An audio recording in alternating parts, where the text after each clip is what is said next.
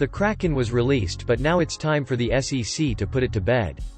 U.S. Securities and Exchange Commission Chairman, Gary Gensler, made an example out of the crypto exchange by charging them $30 million for not complying with their staking rules. Is this move extreme, or is justice being served? Thanks for watching.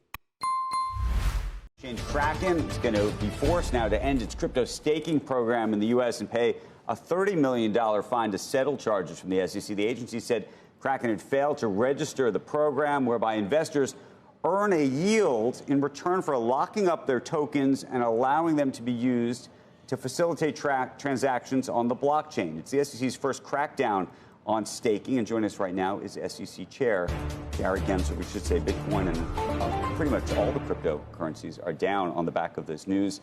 Chair Gensler, it's great to see you this morning. There's a phrase online where they say, "Tell it to me like I'm 5." So for those who are uninitiated into what happened here, tell it to me like I'm 5. What was Kraken doing, and what was the problem that you were trying to solve? Andrew, what Kraken was doing was asking the American public for their coins, crypto tokens, and saying, I'll give you a return, 4% to 21% returns. And the problem was they were not disclosing to the investing public the risks that the investing public was entering into. And we have a basic bargain in the United States since the 1930s. You can take whatever risks you want. Companies like Kraken can offer investment contracts and investment schemes, but they have to have full, fair, and truthful disclosure. And this puts the investors who watch your program in a better position. That's our basic bargain. They were not complying with that basic law. So how does this, though, differ, for example, from some of the other firms out there, including Coinbase, who offer yield products? Whether you call it, the labels don't matter. Long ago, Supreme Court Justice Marshall said this so eloquently. It's not about the labels. It's about the underlying economics. And this really should put everyone on notice in this marketplace. Whether you call it lend, whether you call it earn, whether you call it yield, whether you offer what's called an annual percentage yield, APY, that doesn't matter. If somebody's taking their tokens and transferring it to that platform, the platform controls it. And guess what happens if they go bankrupt? You stand in line at the bankruptcy court. There's a saying in crypto that says, not your keys, not your coins. So those other platforms should take note of this and seek to come into compliance, do the proper disclosures and registration and the like. Okay, so but here's one of the big issues, as I think you know, which is this staking service is going to no longer be available to customers in the U.S. But interestingly, they're going to still offer the same product internationally, abroad, outside of the United States. And so it raises this larger policy question as to whether crypto, these types of products just move offshore. Maybe that's what you want, and that's a good thing. But then whether what you do about the American citizenry who's then using VPNs and all sorts of other things to skirt around what's happening here. Look, we're technology neutral at the SEC, but we're clearly very focused on investor protection. 330 million Americans are our clients.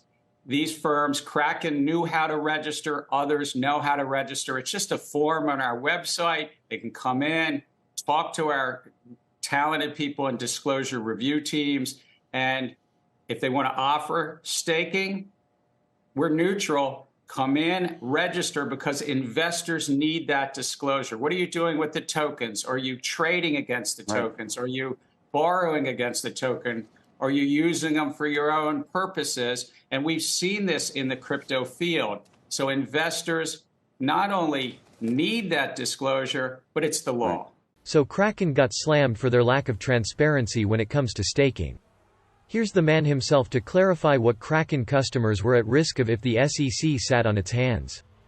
What does stake have to do with our securities laws? That's S-T-A-K-E, not S-T-E-A-K. In the crypto markets, there are various ways to validate data stored on crypto ledgers called blockchains. And one of these ways is called staking. Investors lock up their tokens in escrow and help validate the next block of data. Some stakers are then rewarded with new tokens. Staking, though, can be complicated and time-consuming and can take big upfront commitments of tokens. There's also the risk that you won't get new tokens even if you stake.